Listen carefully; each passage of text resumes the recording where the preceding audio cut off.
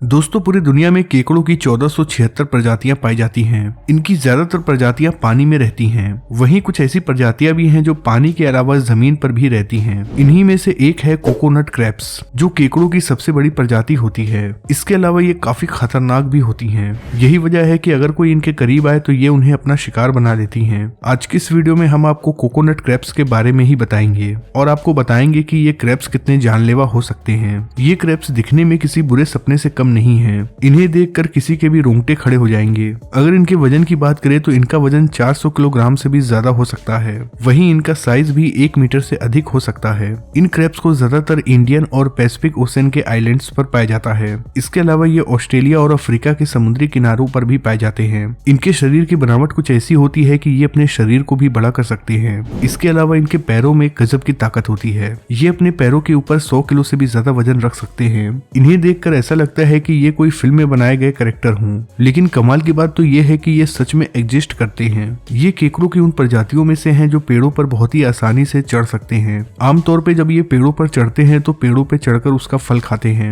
इनकी पसंदीदा खुराक है कोकोनट यानी कि नारियल। इनके अंदर इतनी ताकत होती है कि ये नारियल को भी तोड़ देते हैं। इसीलिए ये ज्यादातर उन्हीं एरियो में पाए जाते हैं जहाँ पे कोकोनट के पेड़ हों। आमतौर पे ये वेजिटेरियन होते हैं, लेकिन जब इन्हें भूख लगती है तो ये चूहे, पक्षी और छोटे मोटे कीड़ों का भी शिकार कर लेते हैं। आमतौर पे ये नारियल या फिर इंसानों का शिकार करना पसंद करते हैं। दूसरे केकड़ों के मुकाबले इनकी सूंघने की शक्ति बहुत तेज होती है, जो इन्हें शिकार तक पहुंचने में मदद करती है। इसके अलावा ये अपने सूंघने की शक्ति का इस्तेमाल संबंध बनाने के लिए भी करते हैं। दरअसल अप्रैल से जून का वो महीना होता है जब ये संबंध बनाते हैं, जिसके बाद मादा क्रैब्स अंडे देती है। जब अंडे में से बच्चे निकलने वाले होते हैं तो ये उस अंडे को पानी के आसपास रख देती है, जिसके बाद इनके बच्चे पानी के इर्द गिर्द ही पैदा होते हैं। जब इन बच्चों की उम्र 2 साल से ज्यादा हो जाती है तो ये पानी को छोड़ देते हैं और आइलैंड के जमीनी हिस्से पर रहना शुरू कर देते हैं। इन्हें पूरा एडल्ट होने में 40 साल का समय लग जाता है। आमतौर पे इनकी जिंदगी 100 से 120 साल होती है। दोस्तों इनके जबड़े में भी बहुत ताकत होती है। इनका बाइट फोर्स 1765 न्यूटन होता है।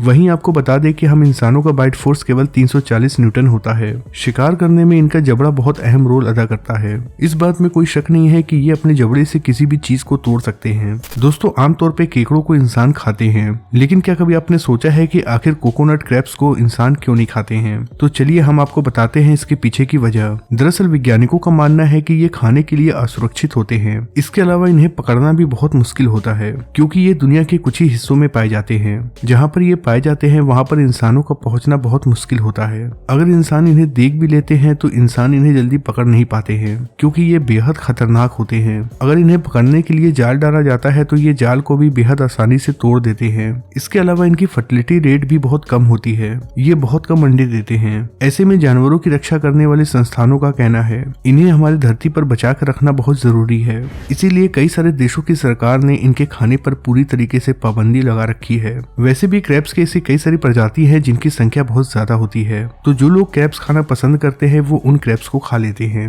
अब जैसे कि ऑस्ट्रेलिया के क्रिसमस आइलैंड को ही देख लीजिए, जहाँ पे लाखों की संख्या में रेड क्रैब्स पाए जाते हैं। ये रोड से लेकर बीचेस तक हर जगह फैले होते हैं। ये क्रैब्स दिखने में किसी स्पाइडर की तरह दिखते हैं और ये लाल केकड़े कभी भी अकेले नहीं दिखते हैं। ये जब भी घूमते हैं तो झुंड में घूमते हैं। जब इतनी बड़ी संख्या में इतने क्रैब्स को देखा जाता है तो ऐसा लगता है कि कोई हॉरर मूवी देख रहे हों, लेकिन यहाँ पर रहने वाले लोगों के लिए ये बहुत आम बात है।